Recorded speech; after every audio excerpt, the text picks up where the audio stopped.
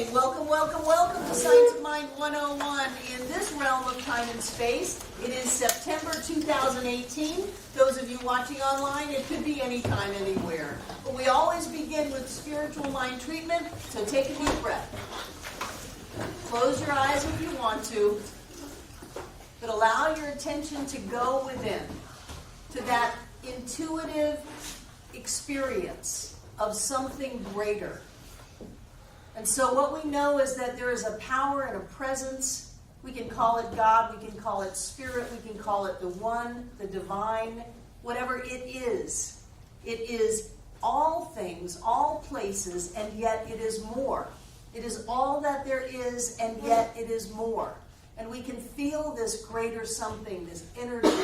We know that there's something more going on. And so knowing that whatever spirit is, it is all, we know that each one of us is created out of, is a manifestation of, is an individualization of that one something. Each of us is a God being. Each of us is spirit in form as us. And because of that, whatever God is, we are. And so we open up to that truth of our being, that we are perfect, whole, and complete, that we are prosperous and healthy, that we are created out of love, that we are beings of joy, that all is well in our world.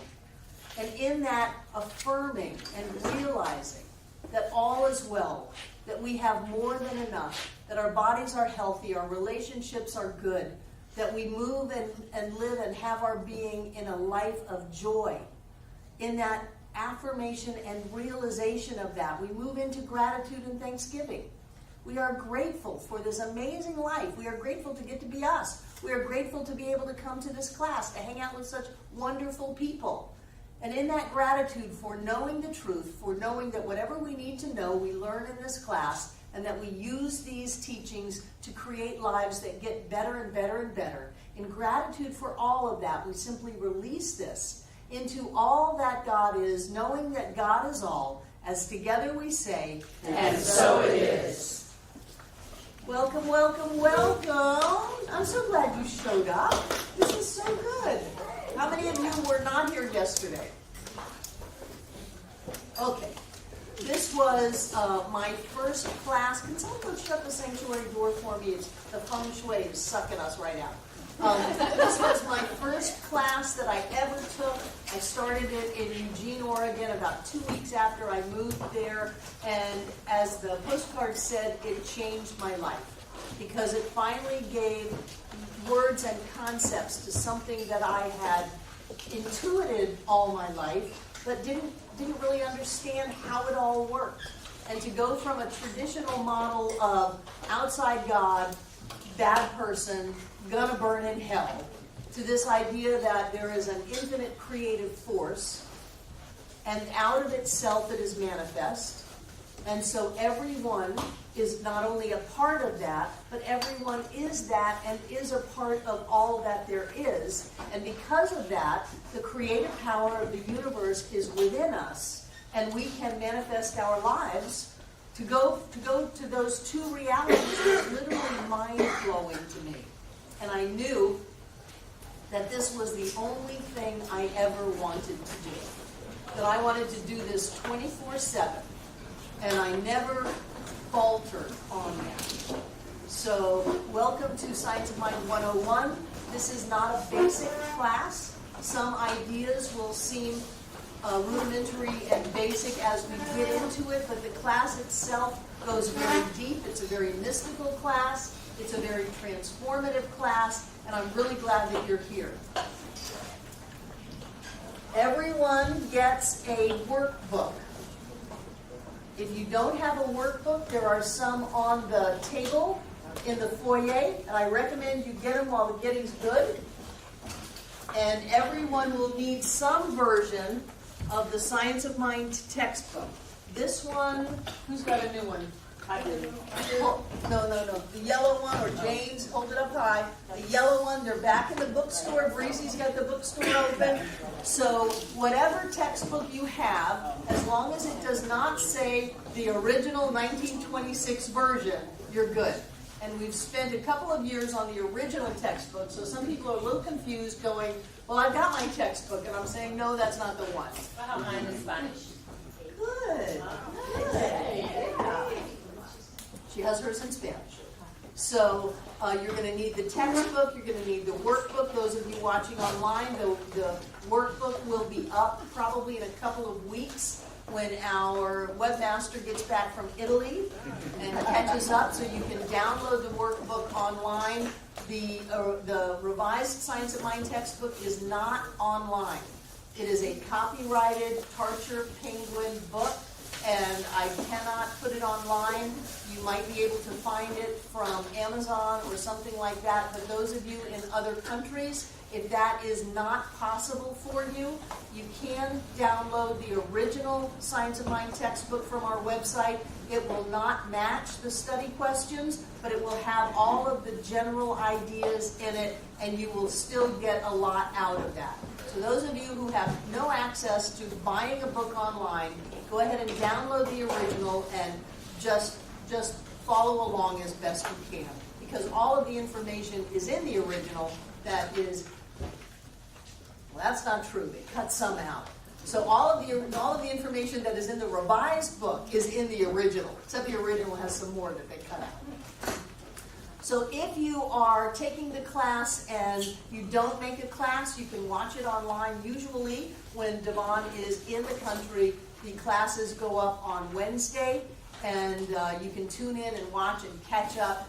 And there is homework to this class. You don't have to do the homework. Please come whether you've done the homework or not. But if you do the homework, you're going to get more out of it. And we will go over the homework. There are some exercises that you do at home and then come and talk about it. So this is a little bit of a different class. This is more of an academic class than the classes that I've been teaching lately, which are kind of Barbara winging it on whatever strikes her fancy at the moment, which has been fun. It's been 5 years since we've taught this class. So do you have any questions? Workbooks, homework, textbooks? Steve? Dates. It starts today, ends. It ends right before Christmas. And there might be a week that we go dark. I still don't have anyone to cover that yet. And it's an important class, and I'm not sure I want to miss it. So I didn't know I was going to the ministers' gathering, and my husband, who is the John of a different hat, just shared kind of how that is when we invited everybody here, and then I'm not going to the next one. Mary's back there going, yeah. So a couple of days ago, I got my tickets to Dallas, and the very first week in October, I'll be in Dallas, and we'll go dark that October 1st, or someone else will be teaching. Linville is going to cover for me later in the month, and she's going to do a prosperity workshop or something amazing that Lynn is going to do. It's not going to be a class, but it'll be something that we'll have so that you have something to come to. I can do the other class. Well, let me think about it, okay? Would you rather have something going on, or would you rather go dark and wait? Dark. Maybe they suggest something different. Okay, well, you're going to have something different at the end of October. So we're going to go until, Steve, we're going to go until Christmas is what we're going to do, and I'm not sure about October 1st yet. Any other questions? Well, because the workbook just has through class 7. So is there going to be another workbook? Yeah, Science Line 102. Yeah. There's a sign-up sheet. There's 4 segments to this. 101, 102, 103, and 104. And that'll take us through springtime of next year. It's really the old 10, I don't know what it is. There's a sign-up sheet in the back. Please sign in if you're coming to class. And I ask you this because in 2 years, if you say, "Oh, Barbara, I want to take crack 1," and I go, "You don't have any prerequisite classes under your belt." "Oh yeah, I was there, but I didn't sign in." That doesn't show me a lot of practitioner character. So even if you don't think you're ever going to use this class, sign in anyway, and get it on the record that you're here in case, as any time in the future, you say, I'd really like to have that credit. I can very easily give it to you. Kitchen cleanup. Do you like to have coffee and tea? Yes. Do you like to have snacks? Yes. Great. We have heard from the kitchen crew that they are committed to being in service on Sundays, and they are not committed to being in service on Mondays. So I would like to ask if we have some volunteers to clean up the kitchen, and I would like this to be a weekly group that is just volunteering to clean up the kitchen. If you're not here, I understand, so that we don't have to think about it, and so that no one is stuck in there at 9:30 washing dishes and they've lost their joy. So who wants to help clean up the kitchen? Chris, Betty and Troy, Lynn and Pegatha. I'm going to write your names down and then I'm going to take a picture of it. Jane, raise your hand. Jane.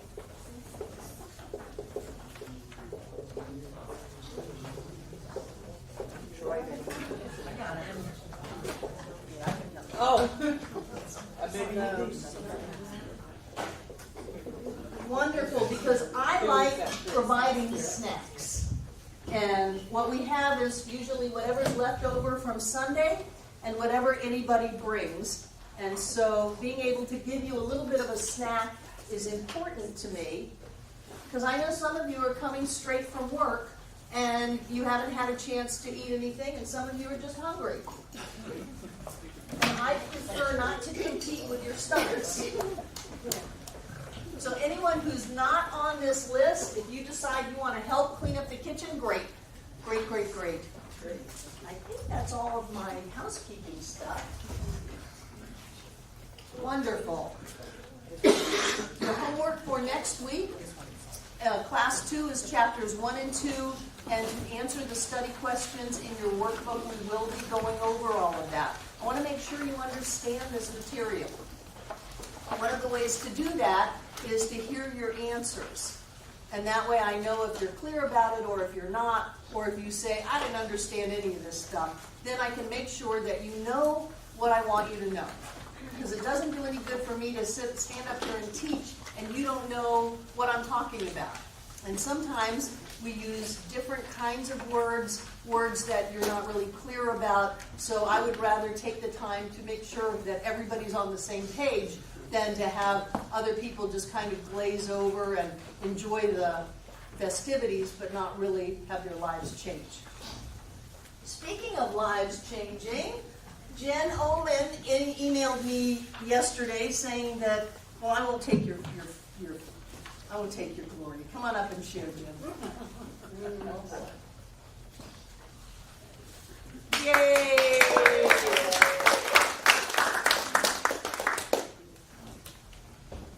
Hi. When I heard several weeks ago that Barbara was going to do this class again, I found myself getting really nostalgic. And I realized that it was 5 years ago today that I came here to this class. I had just moved recently to Asheville, and I had come to Science of Mind. I heard Barbara, I got hooked, and really intrigued, and I decided right away I want to learn as much about this as I possibly can. So I came to this class, and as many of you know, what's happened in the last 5 years for me in terms of manifestation and life changes towards what I want has just been phenomenal. Everything from living in a beautiful home to walking with hiking poles and swimming over a mile 5 days a week, to riding a bike, to now manifesting my life purpose and my life dream, which is falling from the sky, which is just wonderful. And so many other things, but it all started for me here in this class. And so I'm just really excited for all of you, especially those who haven't taken this class and this is your first time with this material. It's astounding. If you really ingest this material and apply it to your daily life, treat and move your feet, as Barbara would say, or I guess Ernest said that. It's amazing what things can happen for you and how you can just manifest anything you want. So, congratulations for coming, and I'm thrilled to see you. Thanks.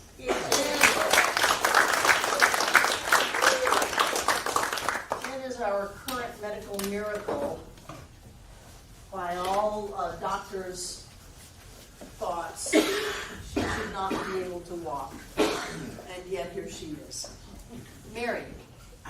Barbara, I just want to say thank you for offering this class on a love offering basis. Oh yeah, you're trying to change the whole movement. Mary's on the board of the big organization, trying to get everybody to do this on a love offering. Whether you all know it, some of you do, but a lot of other centers charge for these classes a lot of money. And we are blessed by having Barbara give us this with a love offering. So thank you for all of this.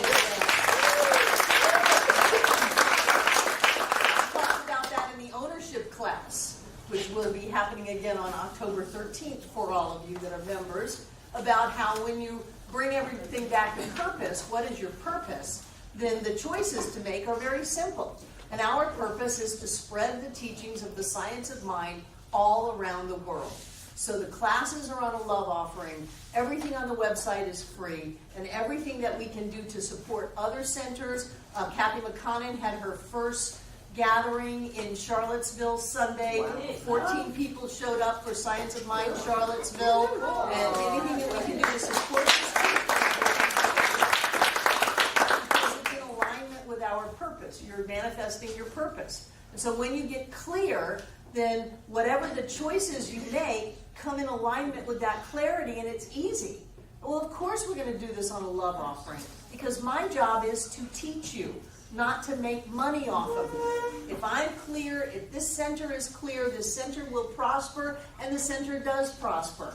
So when we are looking at, well, I want to teach 4 people for, hundreds of dollars a piece, or I want to teach 40 people for a love offering, I want to teach 40 people so that we can get this out here. It is my job to lift you. And as you individually are lifted, the center is lifted. When I have my peers say, oh, the center's going badly, I haven't got any money. Well, you're not doing your job teaching your people. You're not lifting your people, because the center is not separate from you. You are the center. And so it is my job to teach you how to have the life of your dreams. And the way that you do that is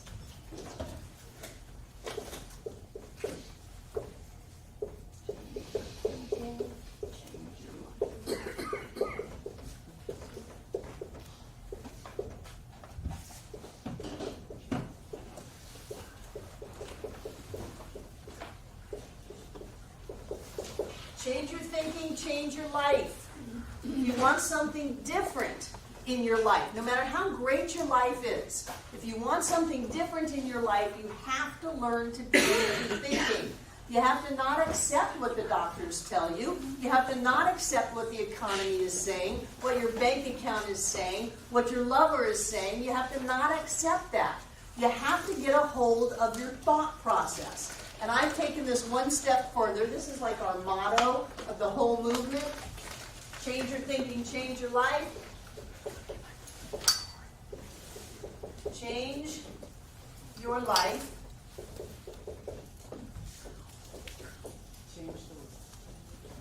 Change the world.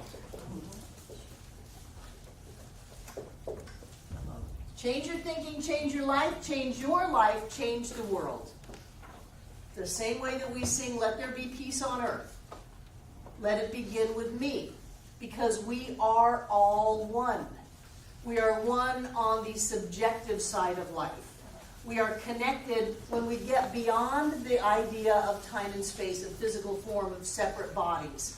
Then we are all one. And so when I change, you change. And when you change, somebody else changes, or probably goes, 1 to 10, 100, until it's the whole 7.5 billion of us. So what we want to do is explore how to change our thinking and how to change our life. To learn to think is to learn how to live. So many people are lazy. They indulge in what's called stinking thinking. They're lazy in their thought process. Instead of holding themselves to a high bar, a high level of thought, where I'm going to start in the morning and I'm going to start seeing that which is positive. I'm going to be in my gratitude. I'm going to see only good in the world, and I'm going to do it all day long, no matter what, come hell or high water. Instead of doing that and being able to demonstrate then prosperity and health and love and joy and all kinds of wonderful experiences, they give up so easily. And that's why I say Science of Mind is not for the faint of heart. It's not for lazy people, and it is not for weak people. To be able to hold yourself clear, even when those around you are going nuts, is a very good technique to learn. And most of the people on the planet give up way too easily. They give up because things didn't happen the way they wanted to happen, instead of looking at that and saying, wait a minute, like I said yesterday, you do not rule me, I rule you. Yes. Not only do you not rule me, and not only do I rule me, but by ruling me, I rule you. And so it is incumbent upon me to learn how to think. And that takes a lot of practice. And one of the things that we're going to do, I don't think I'll start it tonight, but we might. I've got handouts for you. One of the things that we're going to do is have spiritual mind treatment work in this class, so that we treat for ourselves and we treat for each other. And I don't care if you treat well. I don't care if you bumble your way through. I don't care. You'll get better as time goes on. What happens is that when we are committed to someone else, yes, Jim, I'm going to treat for you every day, we do.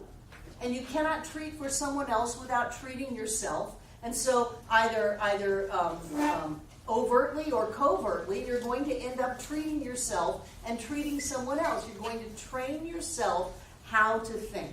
And you're going to train yourself how to set this thing called spiritual law in motion. We are always setting spiritual law in motion. Every person on the planet is setting spiritual law in motion 24 hours a day. Most people set it in motion blindly. They just think they see something and they react to it, and they have thoughts and feelings and intentions about that, and then they set the law in motion and they get that same thing again and they react to it. And it's an eternal cycle of being of feeling like you're at effect of your experiences instead of realizing that you are cause to them. And so we're going to learn how to set spiritual law in motion. Something magical happens to the group when we treat each other.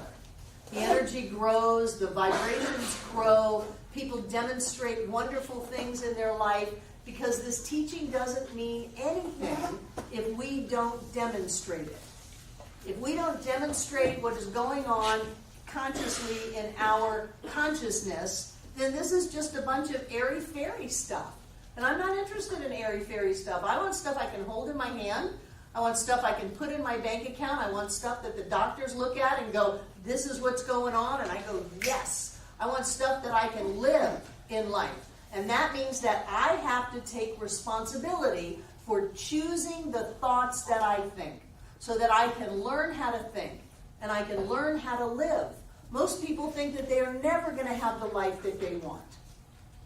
You are very lucky in that you come to a place that says, well, of course you're going to have the life that you want. Of course you can have the life that you want. You get to have an amazing life because you are the point of creation. All the creation. I am addicted to sunrises. And I look at the sun coming up and I get this immense feeling of power. That the same power that keeps the planets in orbit, that has all of time and space manifesting, that is me. It's not just in me, I am it. I command all of the power of creation within me. And so if I command that level of power, I need to get it together with my thinking, which is the steering wheel of the creation of my life. So one of the things that we're going to do is be very mindful of what we're saying. I don't want to hear it. I don't want to hear bitching about Trump. I don't want to hear complaining about what's going on, because you're just going to create that in your life. You're just going to get that multiplied abundantly.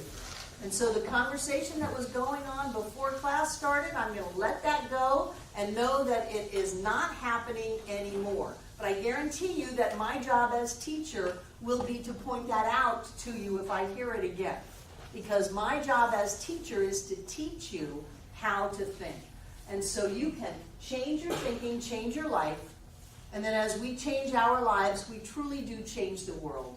I believe that we are light bearers for the oncoming transition of consciousness, the transformation of humanity on planet Earth. I believe that we are the light bearers who have chosen to incarnate before everybody gets it, to be able to hold that light in the darkness. And the only way that we can do that is to have the light going on within us. And every time that we give up on our thinking, we start to stomp our light out. You can't really stomp your light out, but you certainly can put a bushel over it and dim it. And you know what JC had to say about people who did that. He was not impressed. So what we want to do is we want to get a hold of our thinking, we want to get a hold of our lives, and we want to get a sense of the power that is within us to be able to manifest whatever we want. To be able to go for it and say, I'm not going to stay in a wheelchair. You're not going to make me stay in a wheelchair. I will walk, I will run, I will ride a bicycle, I will swim, and are you going to skydive? Fall out of the sky. I've already skydived. Well, you said fall out of the sky. I didn't know if it was your no, dream. my dream of my purpose. Great, your dream's falling out of the sky. I didn't know if you were falling out of the sky. I thought that too. So that we can look at any circumstance and understand that we are bigger than our experiences. We are bigger than our experiences in the past, and we are bigger than any experience that we have going on in our lives.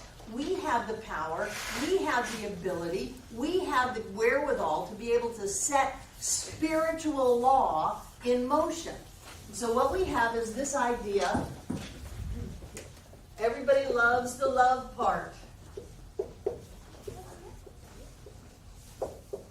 And what Science of Mind talks about is the law part. Synonyms for God. Spirit, the divine, law, love,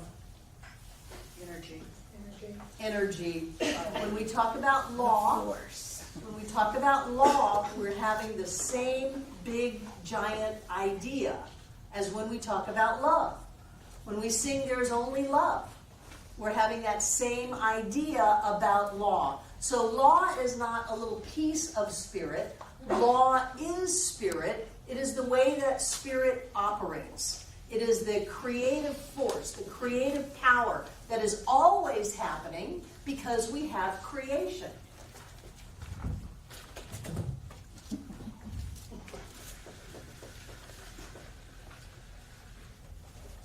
We have this idea of an infinite. What does an infinite mean? It goes forever. No ending. There can't be an edge to an infinite. Whatever spirit is, it is infinite. So you don't have infinite and not infinite. That's impossible. Make it impossible. So whatever this infinite is, whatever this absolute self-existent cause of all things is, there's nothing outside of it. Let's say that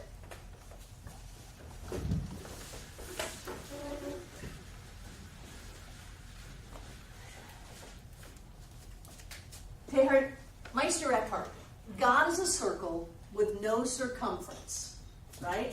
So you got God as a circle with no circumference, whose center is everywhere. That was a Catholic priest. That's Troward. That's Troward. So here we have this circle that has no edge. And because of the way time and space works, this center is everywhere. simultaneously in its entirety. Yes. So when we have whatever it was that chose to move into creation, there was nothing that it could create out of but itself. It is the only thing that is.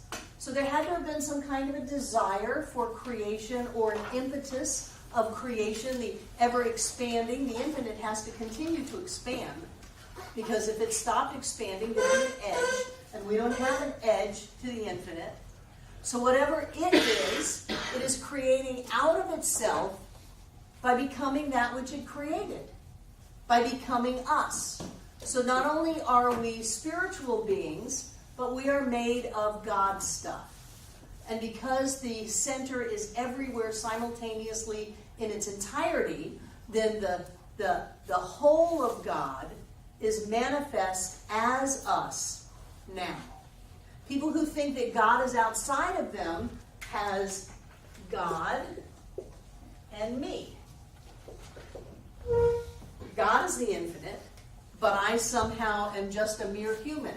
I'm separate. I have to beseech that infinite force for good things. I have to feel like I'm separate or less than. That doesn't work. And so one of the major ideas of this teaching is that there is only one, and that has to be what we are now. Mathematically, it has to be that way. In quantum physics, it has to be that way. It has to be that we are the power, we are the presence, we are the life of spirit as us right here and right now. There is no way to get around that. And that we command the power of all creation at every moment of our lives. And so then it is just a choice of how are we going to use that power? Are we going to use it consciously, or are we going to use it unconsciously? Did you have your hand up? No. Okay. Are we going to use that in a positive way that will lift us up and everybody around us because there's only one? Or are we going to just ignore what we're thinking and be reactive in life and feel victimized and feel sick and limited and hopeless and helpless? Is that the way we're going to live? Because the law works no matter what we put into it. It doesn't matter who flips the lights. If I say, Mary, go back there and flip the lights, the switches aren't going to say, oh, no, you don't, Mary Love. Don't you flip me. I'm Barbara's switches. No. The switches work for everybody. A law is provable. It is infallible. It doesn't have favorites, and it is unseen.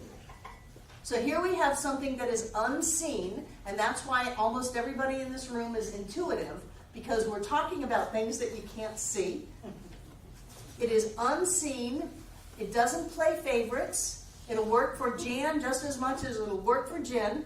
It operates over and over and over again in exactly the same way. So some people say, oh, but that's so cold and heartless, and I want the love part of spirit. Well, you get the love, but if you have the love without the law, you don't know how to live your life. You don't know how to create your life. You don't know how to set your intention and manifest that which you want. You're just blindly going along in love, which feels good, and you get to have that wonderful experience. But if you want to create something, we have to understand how to use the law. And it's not just thing that we're creating. If we want to create peace, if we want to heal our family relationships, if we want to create joy in our lives, then that is all a direct use of law, as well as creating abundance and prosperity and health and wholeness and wonderful jobs and doors that open and the red carpet is rolled out and we just walk forward into our lives and everything falls into place. And you get the house in Asheville and you weren't even here, you're buying it on FaceTime. Everything falls into place because you have learned how to think. You've learned how to set the law in motion. So while we talk about law, I don't want to lose all the people who are saying, but I love the love. You still get to have the love. We have balance. We have a personal experience as the divine. It feels like with the divine, but it's really as the divine. And yet we have this ability to direct some kind of cosmic force that is strong enough to put time and space together. We have that same ability to direct it. So if we're directing it that the perfect and right people show up and they buy this and the contract goes smoothly because the whole entire universe loves and supports me, that is so wonderful because I'm so wonderful and everything always unfolds perfectly for me, great. I'm going to direct spiritual law and it's going to manifest. Does that make sense? Yes. These are really key points. And sometimes even after people learn these, they give up. They say, well, whatever God is, whatever this presence is, whatever spirit is, it's everybody and everything except that person. Because that person is a dirty, rotten rack and ratchet. And I am not going to be able to see them as an individualization of God. Well, that means when you look in the mirror, you don't get to see yourself as an individualization of God. That means that if you're cutting something out of the allness of spirit, then you have taken spirit from oneness and moved into two-ness. And I tell you, that's going to create pain and suffering in your life. And sure enough, whenever people come and see me with pain and suffering, I know that they've moved out of the oneness, and they feel very justified to have moved out of the oneness. But once you move out of it, you have given up control of your thought, you've given up control of your life, and you are living in what some people would call self-imposed hell. I don't want you to do that. I want you to live in self-imposed heaven. I want you to be able to live where everything works out great, where things just fall into your lap, where everybody around you is loving and joy-filled. Your car always starts, or else you get a better one. You got plenty of money. You go where you want to go. You do what you want to do, and life is working. I want you to be able to live in that, and that is a direct result of thought setting spiritual law in motion. Chris. I see love as truth and absolute.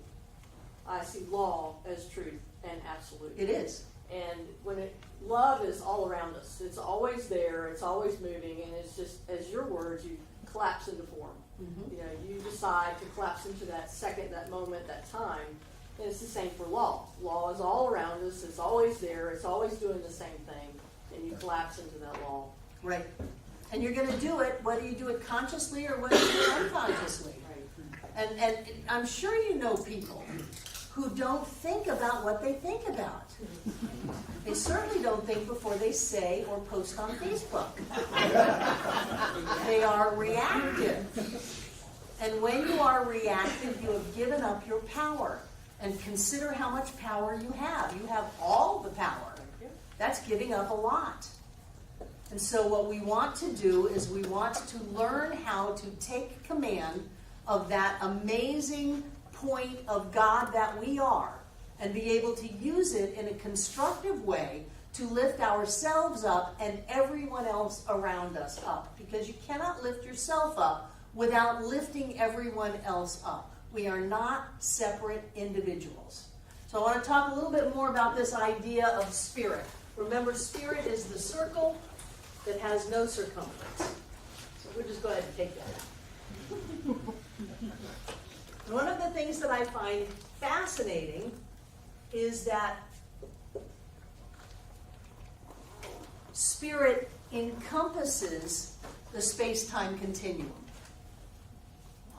But it is not ruled, it is not encompassed by time and space. Spirit is not in time and space. Spirit holds time and space.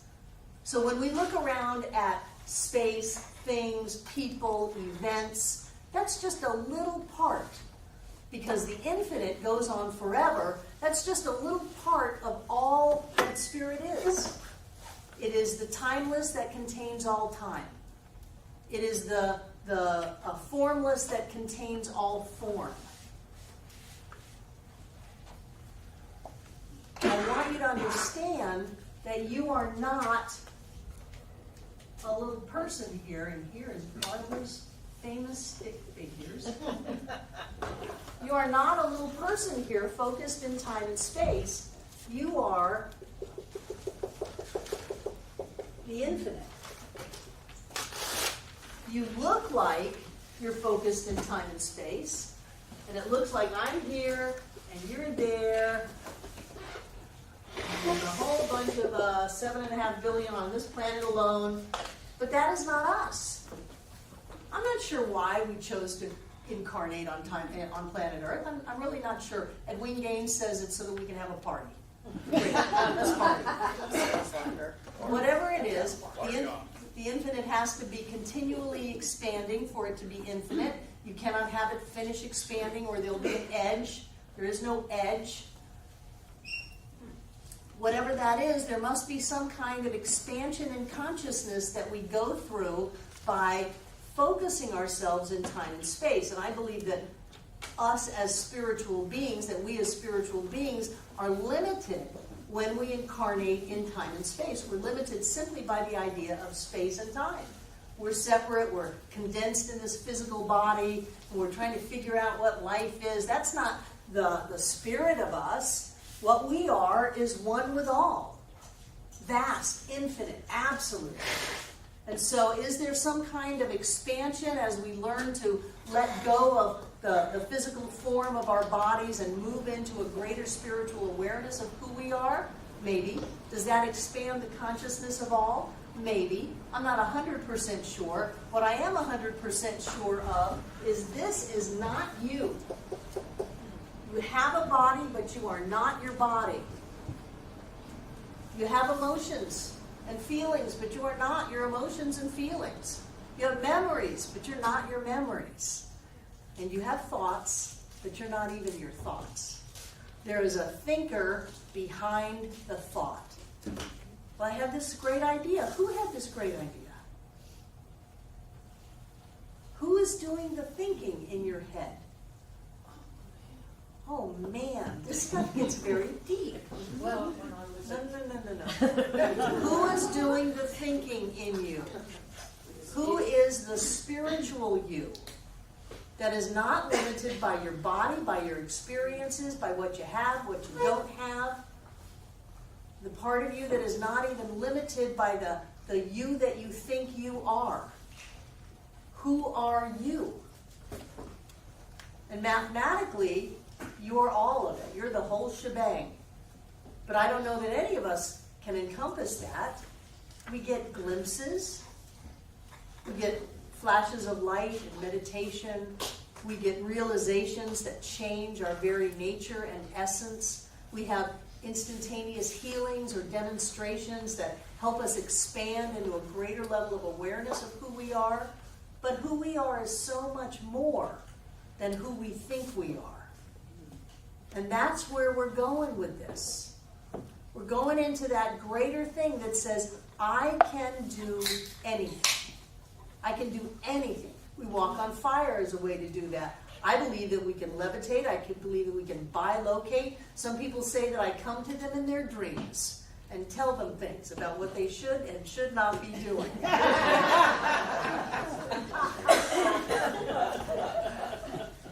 And when we start to get a sense of who we are, the greater us that we are, then we start to open up to this idea that says, I am not bound by anything. I was not created as a cosmic joke by some maniacal god, some deity up on a cloud that just likes to screw with people on planet Earth. And if you don't pass the pop quiz of life, then you burn in hell forever. That's not the case.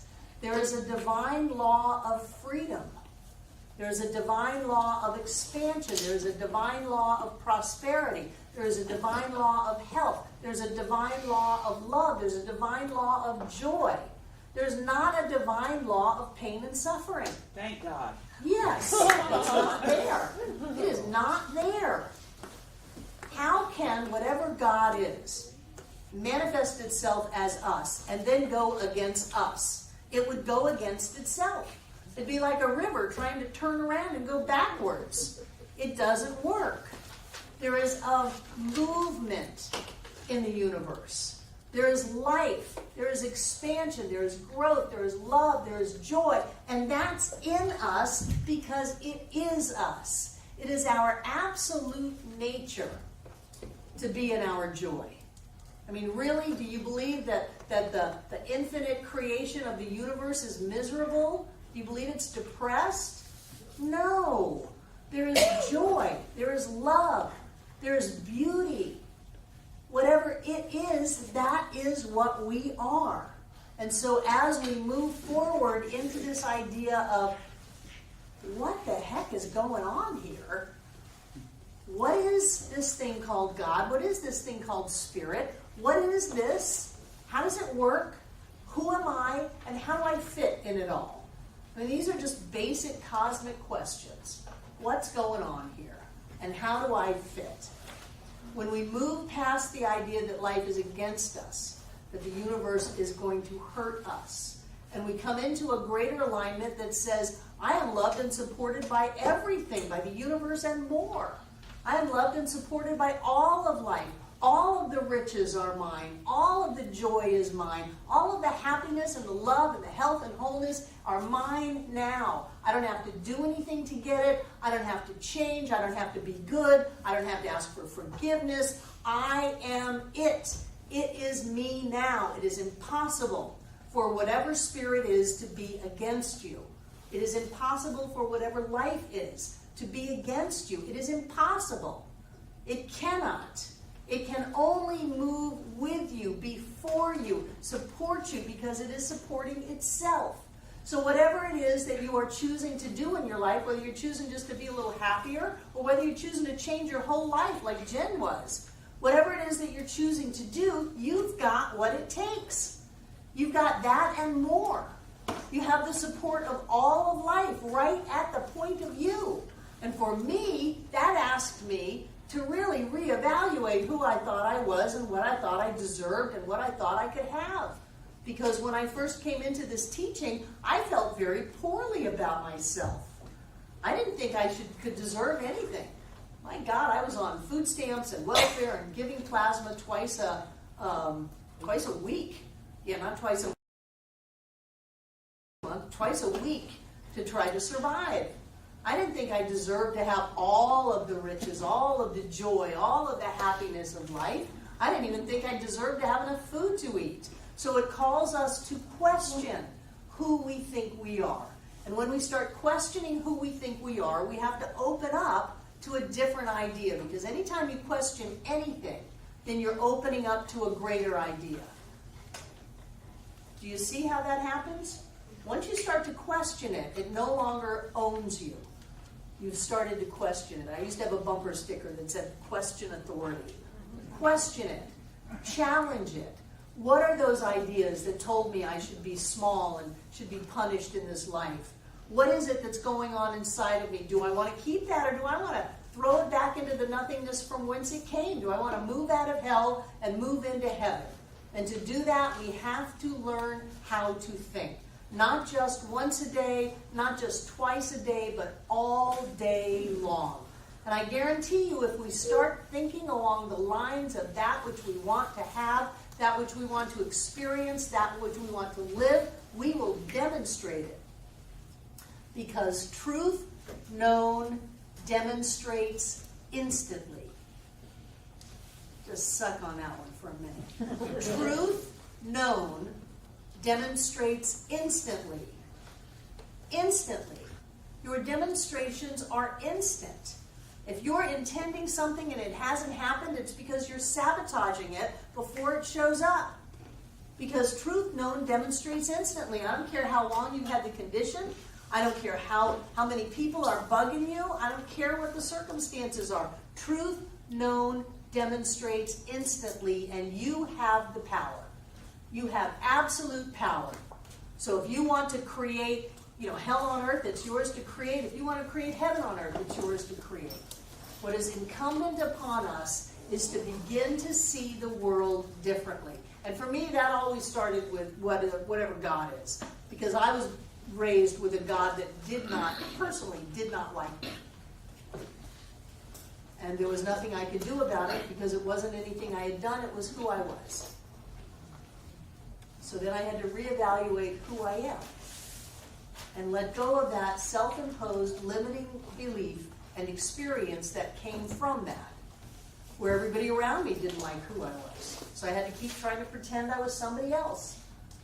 And when I finally got that who I was not only okay, it was critical to my well-being, I could let that move into this greater expansion. And boy, what a relief that was, to be able to just be me and to know that who I am is supported by all of life.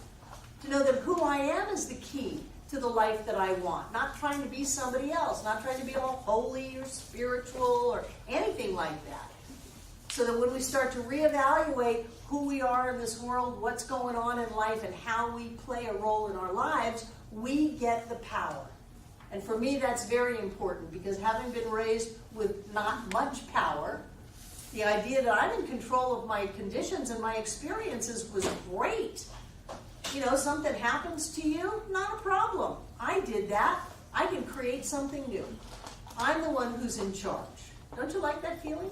I'm the one who's in charge of my life. I am not in charge of your life. You're not in charge of my life. I'm in charge of my life. And I have absolutely everything that I need to create that. Because somehow, I'm not sure how, but somehow, I am that point of the infinite. Somehow, all that God is what I am. Somehow, that power and presence of the divine is me.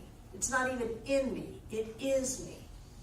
And when I start to open up to that, I just open up a little bit more, and a little bit more, and a little bit more, and my life gets better and better and better. We don't have to be enlightened by Tuesday. As long as our lives get a little bit better all the time, we're doing our work.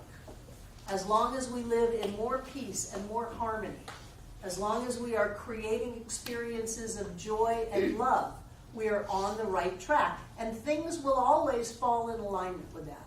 The more that you open up to who you are, the more that those things that are yours will find you. It's fascinating. If you're shutting yourself down, things that are yours will just bounce off because they don't have you to attract to and to connect with. You see how that works? It is really important to be able to accept our own divinity. It's not egotistical. It is critical to our spiritual growth. So what we do in this class is we poke at it, we prod at it, we open to it, we let it in a little bit more and a little bit more and a little bit more, and we watch it show up and watch it show up and watch it show up. None of us have to live with anything that we are not comfortable with, whether it's people, whether it's circumstances. We are not created to struggle and suffer in this life. It is not God ordained. What is God ordained is joy. It's love, it's happiness, it's prosperity and health. That is our true nature, and that is what we're supposed to be doing. If we're not doing it, then it's for us to work on us, because we are that doorway through which the infinite flows into our lives. So my job is to get you to open your doorway as wide as possible. You got that? Any questions? Okay.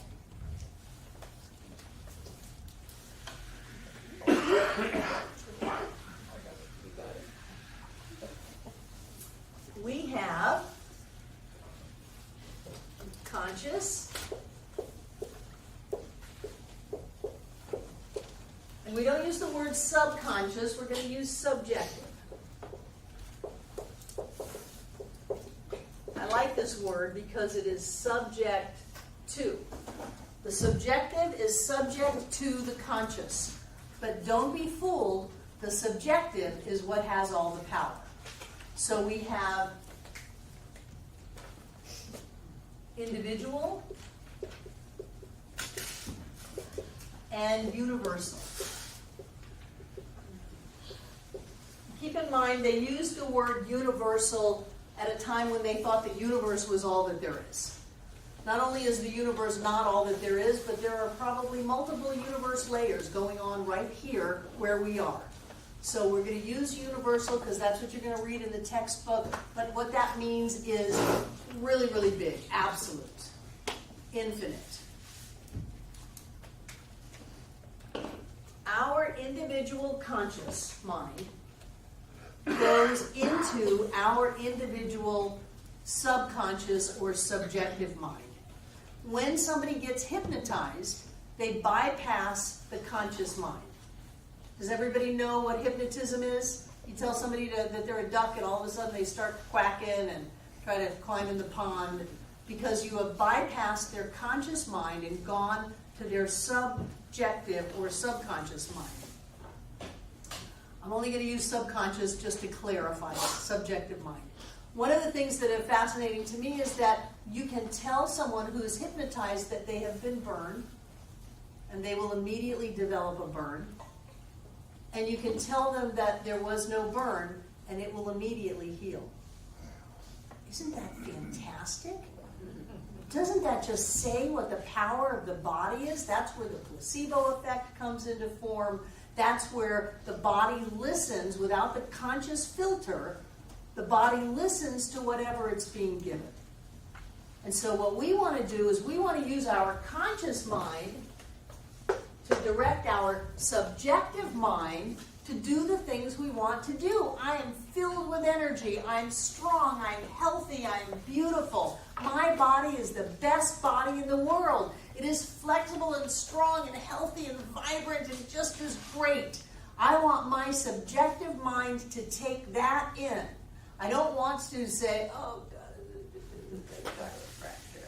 Did my massage day yet? Oh, what am I going to do? I don't want to do that because my subjective takes that the same way as if I was hypnotized.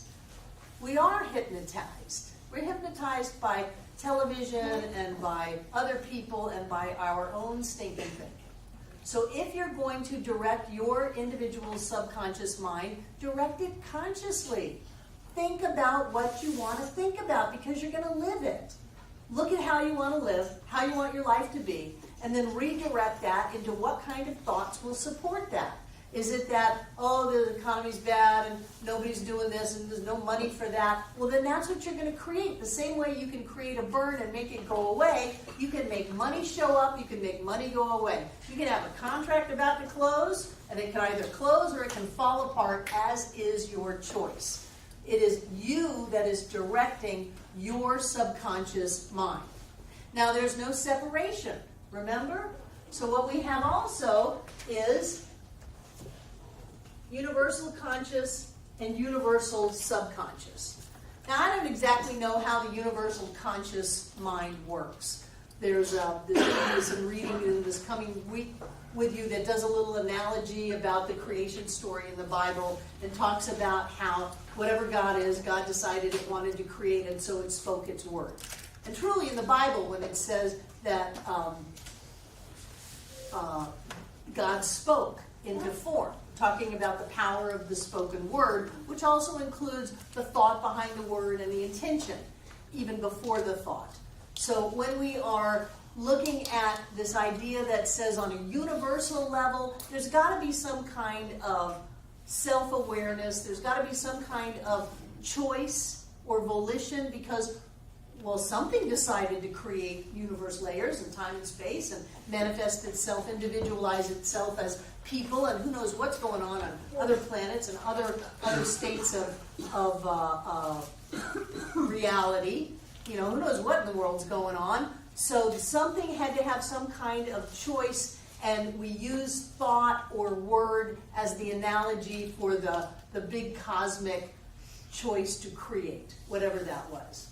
That's all I know about it. I'm not going to try to BS you and tell you I know exactly what's going on. I don't. But I know that there is a universal subjectivity.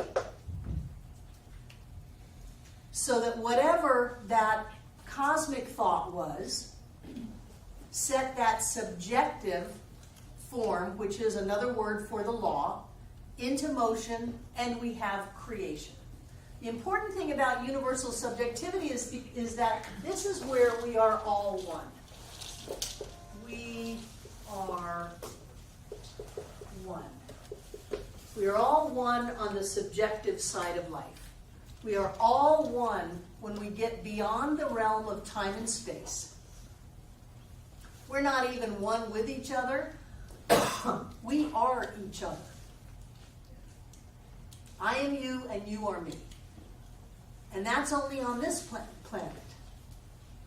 There's a moon outside of Neptune called Titan.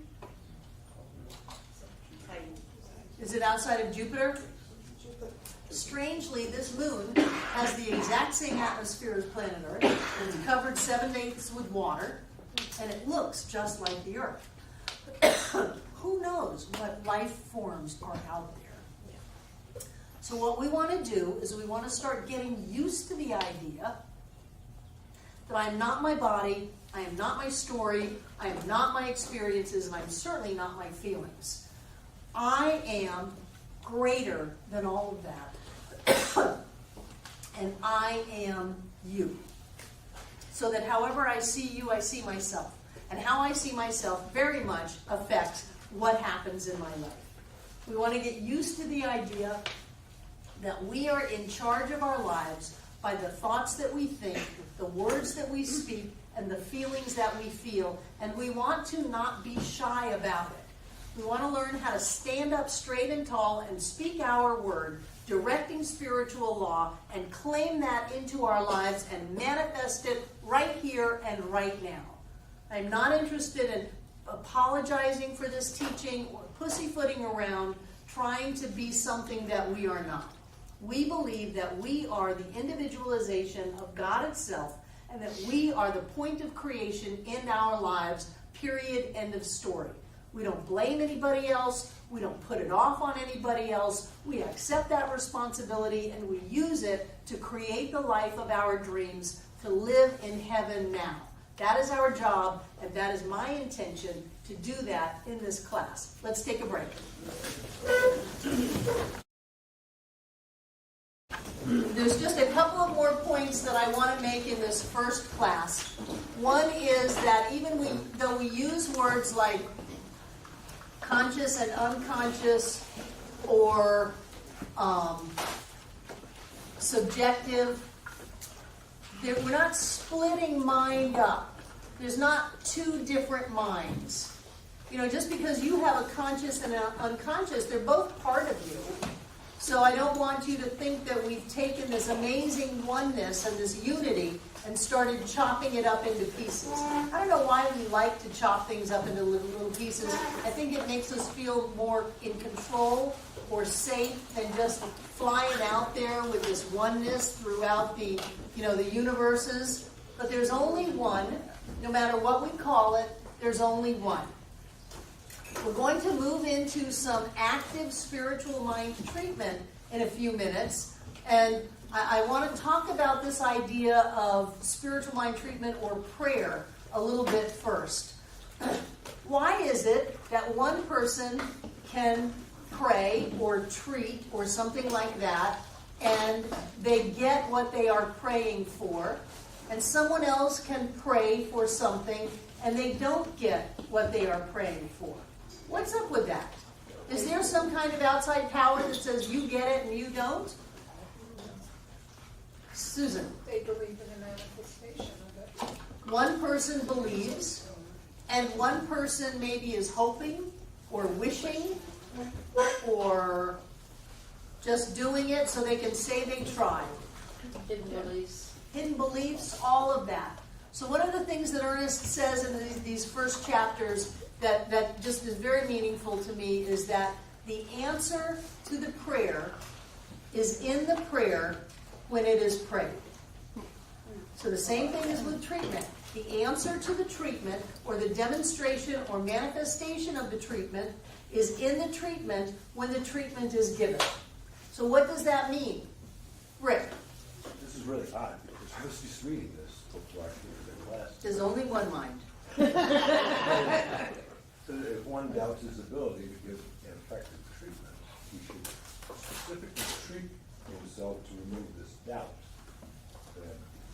But up here, this is when one gives a mental treatment for right action and does not believe that right action will be the result, he makes his own treatment negative. Right. If you give a treatment and you don't believe it, then really not only have you not given the treatment, but you've given a negative treatment. You're worse off than you were before because you've given a treatment of unbelief that this isn't going to work. If you don't believe that these principles work, they appear not to work it doesn't work by appearing not to work. It is still working. But if you say this isn't going to work, then law says, okay, this won't work for you. But it's working even though it's saying it doesn't work. Because we directed it to say it doesn't work. So we can create being in this amazing teaching and having, well, this doesn't work for me. Well, that's because our belief is that it doesn't work for me. And so even though we have the entire universe at our beck and call, it won't work. But it actually works by appearing not to work. Does that make sense? Yeah. Yes, very important. So when you are either praying, because I know a number of people who pray very differently than I do. My first mother-in-law was a Sicilian, 100% Sicilian Catholic. And she knew that if she lighted a green candle to St. Anthony, by the time it burned down to the bottom, she would get what she prayed for. And so that belief is what demonstrated. It wasn't the candle, it wasn't St. Anthony, it was the belief that if she did this, it would work out. So when you pray or when you do spiritual mind treatment work, then the answer or the demonstration is in the treatment. And that demonstration is the knowing and the belief that it has already occurred. That you already have it, that you're already experiencing it, that it has already occurred. So when I break you up in a few minutes to be partnered with people, and again, you do not have to be an expert treatment person. I'm going to give you a cheat sheet, which I'll start passing out right now. And that gives you some examples of the 5 steps of treatment and things that you can even say. So what you're going to want to do is you're going to want to practice this. And whatever level you practice it at, you are getting more good in your life than if you didn't do it. So this is a crash course in treatment work. The key thing is to have the belief. You want to get to a place, and with someone else, it's usually easier than if it's yourself. Let's say I'm treating for Terry. It's easier for me to know something about Terry than it is for me to know something about myself. So rather than fight that, we're going to work it. I'm going to know this about Terry. Terry's going to know this about me. And we're going to do this every day during the week. As things show up in your life, call your treatment partner. Clue them in. The Publishers Clearinghouse just knocked on my door. The doctor took another x-ray and said they must have made a mistake. Whatever it is, call your person or talk to your person and let them know all the wonderful things going on. We give it steps just to have some structure. But really, if you could just look at someone and see the presence of God, that's a treatment. That's a treatment. Steps of treatment.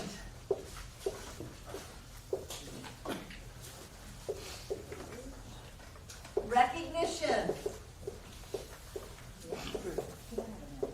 Identification.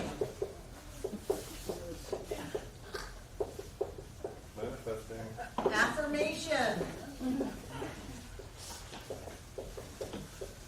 Or realization. Gratitude. My favorite. And release. Recognition of the power and the presence of the infinite spirit, the one universal cause. Recognition that love is all there is. Recognition that spirit is all that there is. Recognizing that something bigger than what we consciously think is going on. So what are some recognition phrases? Recognition is it. Recognizing. No, that's identification. Recognizing spirit. The spirit dog. Spirit is all there is. Spirit is all there is. Basic one. Yeah. You can start off with that, but I will expect you to move on as time goes on. Spirit is all that there is. What's another recognition statement? God is the power and the presence of all that is. God is the power and the presence of all that there is. The second step is called identification. It used to be called, and some still do, unification. My question has always been, in oneness, what the heck are you unifying? You have to have two things to unify. So let's not separate so we can bring back together. Let's identify us as what? One. As one. So what is an identification statement? I am God. What else? I am spiritual being. I am a spiritual being. I am a part of all that there is. I am the individualization of the divine in me, as me, is me now. Whatever it is that you want to say to get that sense of connectedness, of being aware of your true identity, is where we want to go. And then we are either going to affirm or realize. Realization is just when you got it. I got it. That's a realization. When we are affirming, we are knowing that this thing is so now. It's the truth. So if I'm working with Kate and Kate says, treat me for, pick something. That my shoulder Treat my shoulder that it feels better. It hurts like crazy. So I'm going to know that spirit is all that there is, health is all that there is, wholeness is all that there is, and that is what I am now. And I speak my word for and about Kate Wagner, and I know that her shoulder is God's shoulder, that it is perfectly healthy right here and right now. It moves easily, it is strong, and she feels great. So you're affirming. I'm affirming it, and one of the things about affirmation is that you make it firm. You make it firm. One of the things about affirmation is that you cannot have a no. So you're not doing a denial. You're not saying there is no pain. She doesn't, does not, has a not in it. What is in a not?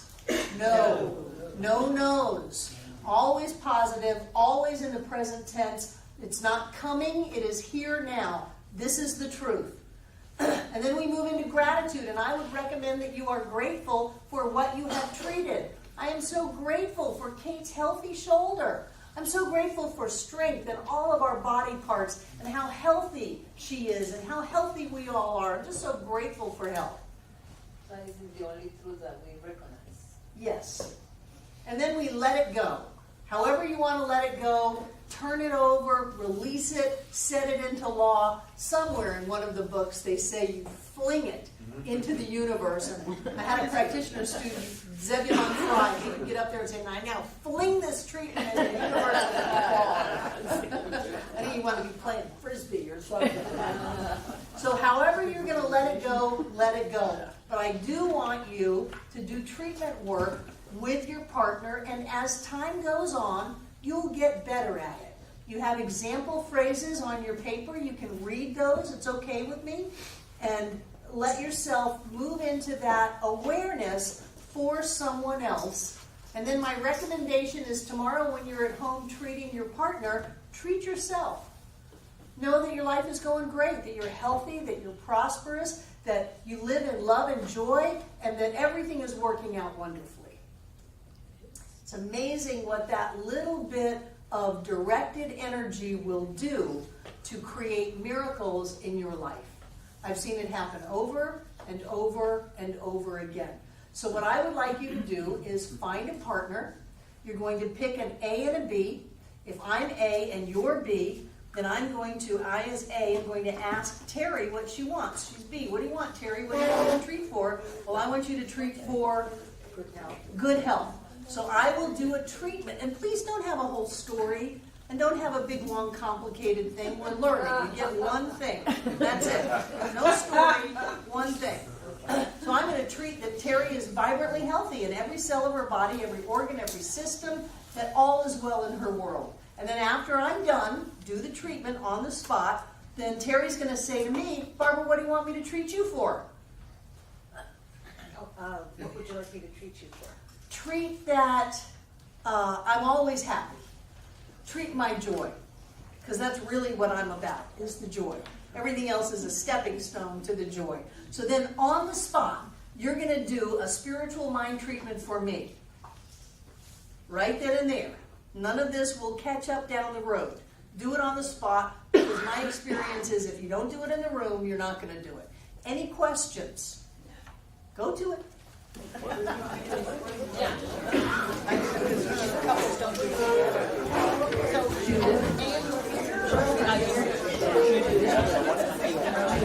I mean, just I like this, that kind of a touch. Okay. I don't keep a little distance. I don't think I'm considered And number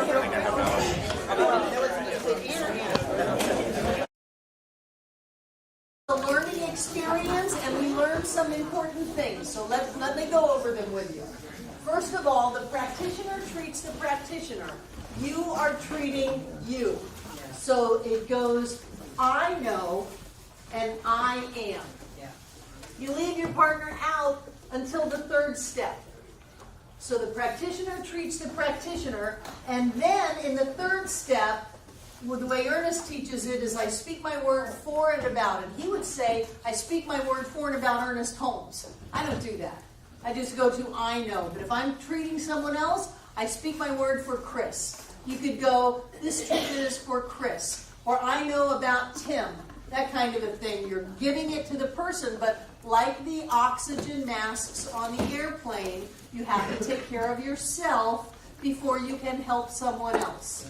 So you know that spirit is all that there is, that you're a spiritual being living in a spiritual universe, that is what you are, that the depths of you and the heights of you are spirit itself. Now you've got your oxygen mask on, and you can turn to someone else. So now I know for Dee, I know for Sarah, I know for this person or that person. You never know for you. As soon as I know you, Terry, have this, I am not doing a spiritual mind treatment. I am having a conversation. So I do not know for you. I know about this person. I never use the word you in a treatment because it's not a treatment. It's a conversation. That's why I encourage you to close your eyes so you're not tempted to be in relationship with this person. So you're not tempted to talk to them. Get away from the personality and move into your clarity of knowing. So it's I, he, she, I. I am grateful and I release it. If you want to know that David is a manifestation of spirit, great. Know it in this third step, not the second one. The second one is all about you. And when you're clear that God is all that there is and that is what I am, then you can know the truth. Then you've got the doors of creation flung wide open. And so as you speak your word, it goes right into spiritual law. The nice thing about oneness is we can treat each other and have stuff show up in somebody else's life. It's excellent. Also, consider getting your partner's phone number. And as things happen this week, give them a buzz. Say, oh my gosh, this amazing thing happened. Your treatment demonstrated, and I'm just so happy I wanted to share it with you. If you don't want to get their phone number, you don't have to.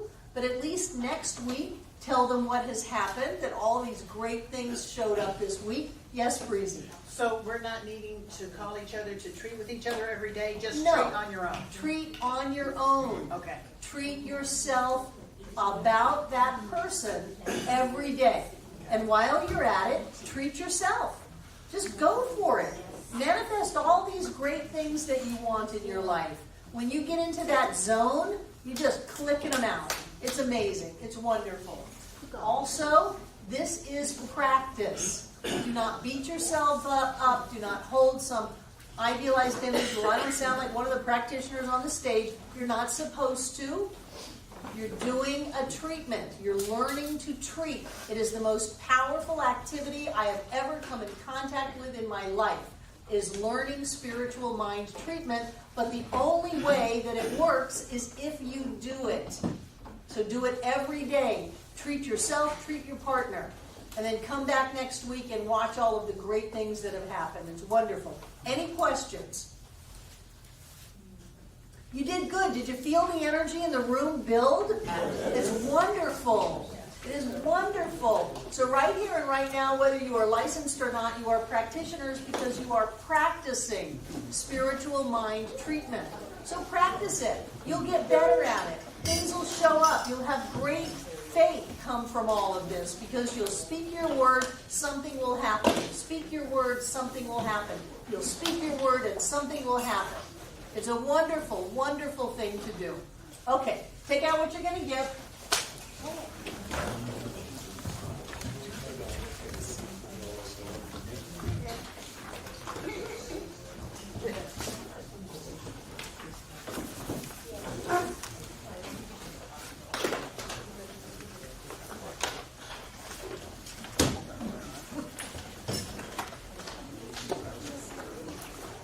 And what I know is that the power and the presence of the One is right here and right now, in and through all things, but beyond the very concept of thing. I know that Spirit is infinite. Spirit is absolute. Spirit is that which creates by showing up as the creation. And so I know for myself that I am the individualization of Spirit as Barbara Waterhouse. I am infinite. I am universal. I am all-powerful. I am all-knowing.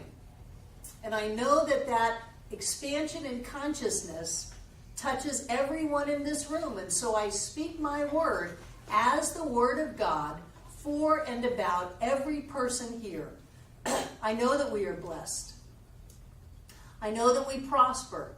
I know that we are healthy, we are loved, we are happy, and we are successful. I know that the doors open up for us and our way is made clear. We have everything that we need, and everything in the entire universe comes together in concert and in harmony to support us in every way. And with great gratitude for this teaching of Science of Mind, for all of the blessings that we have, with great gratitude for every person in this room, I release this treatment into all that God is, because I know that God is all. And together we say, and so it is.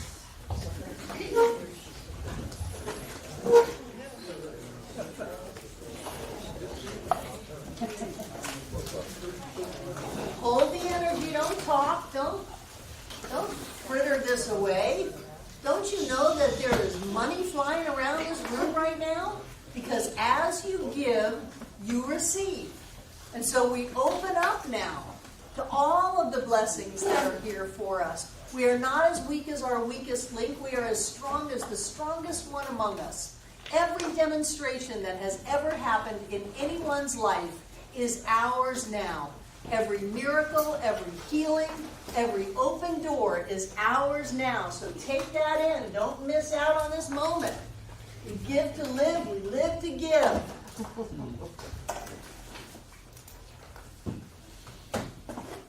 And I know that everything in these baskets is blessed. Because every time we give anything, that which we are goes with our gift. It may look like a piece of paper, but that is us. That is Spirit in its totality in form as us. And so I see it in my mind's eye as golden light pouring forth from us, filling up this room from the floor to the ceiling and all between the walls.